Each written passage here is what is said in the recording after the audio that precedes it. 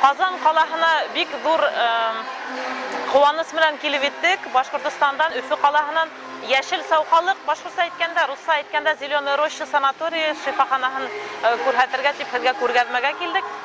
Менә мондый күргәзмәләр файдалы буламы сезнең шушы санаторийны алга җибәрү, клиентларны үзенә җәлеп итү өчен, туризмны үстерү өчен? Әлбәттә, мондый күргәзмәләр бик файдалы, бик фәһемле. Кешеләр, фирмалар, представительләр аралашалар, үзара белешәләр, танышалар. Һәм шул ук вакытта ябай халык өчен дә, әгәр дә үзебезнең ниндәй шифахана, ниндәй услуга нисбәтләр? Хезмәт. Шифахана нинди хезмәттәр булдыра, нинди саралар үткәрә икән белер өчен, әлбәттә, шундый күргәзмәләр бик кирәк.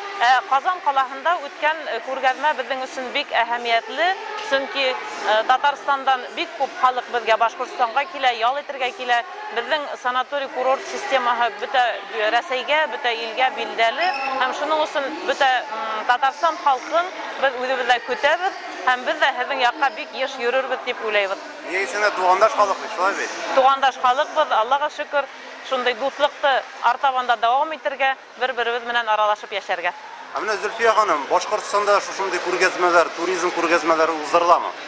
Башкортстанда әлбәттә Өфе калаһында бик еш узгарыла шундый саралар, һәм без шундый ук ихласлык белән кунактарыбызны каршы алабыз, һәм Татарстандан да килгән кунактарда, һәм башка төрле төбәкләрдән, һәм шундый саралар бик файдалы, шундый ук уровень дәрәҗәдә. Шундый зур дәрәҗәлә үткәрелә. Зөлфия ханым, ничә уйлыйсыз? Менә Башкортстандагы шундый күргәзмә белән Татарстандагы күргәзмәләр арасында нинди аерма бар? Аерма, оештыру ягынан без бит инде төрле сараларда катнашабыз. Без Башкортстанда, Татарстанда, Екатеринбург, Свердловский өлкәһендә, Пермь краенда, Силәбе өлкәһендә, Ырымбур өлкәһендә, әле генә Удмуртиянан кайттык. Һәм һәрбер калаһының, һәрбер оештыручыларның үзләренең һәйбәт яктары, үзләренең бик туры килмәгән яктары ла була, әлбәттә. Әмма оештыру сараларына караганда, әлбәттә, ничек дип әйтәм, һәрберсен аерып әйтеп булмый инде. Менә Татарстандагы шушы бүгенге күргәзмә кайсы ягы белән аерыла? Сез чагыштырып карый аласызмы? Аның җитмәгән яклары булган мөмкин, киресенчә плюс яклары булган мөмкин.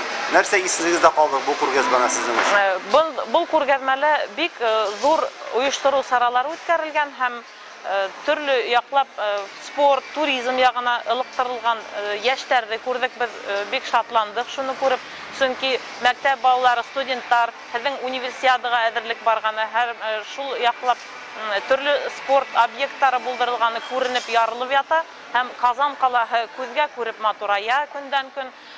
Бик күп туристлар ылыктырыла һезнең якка, һәм ошо ягы менән әлбәттә безгә бик шатландык, чөнки яшьләр сәясәте буенча яшьләрне спортка, туризмга ылыктыру ягынан бик зур эш башкарылганы күренеп тора. Ошо ягы менән аерыла әлбәттә.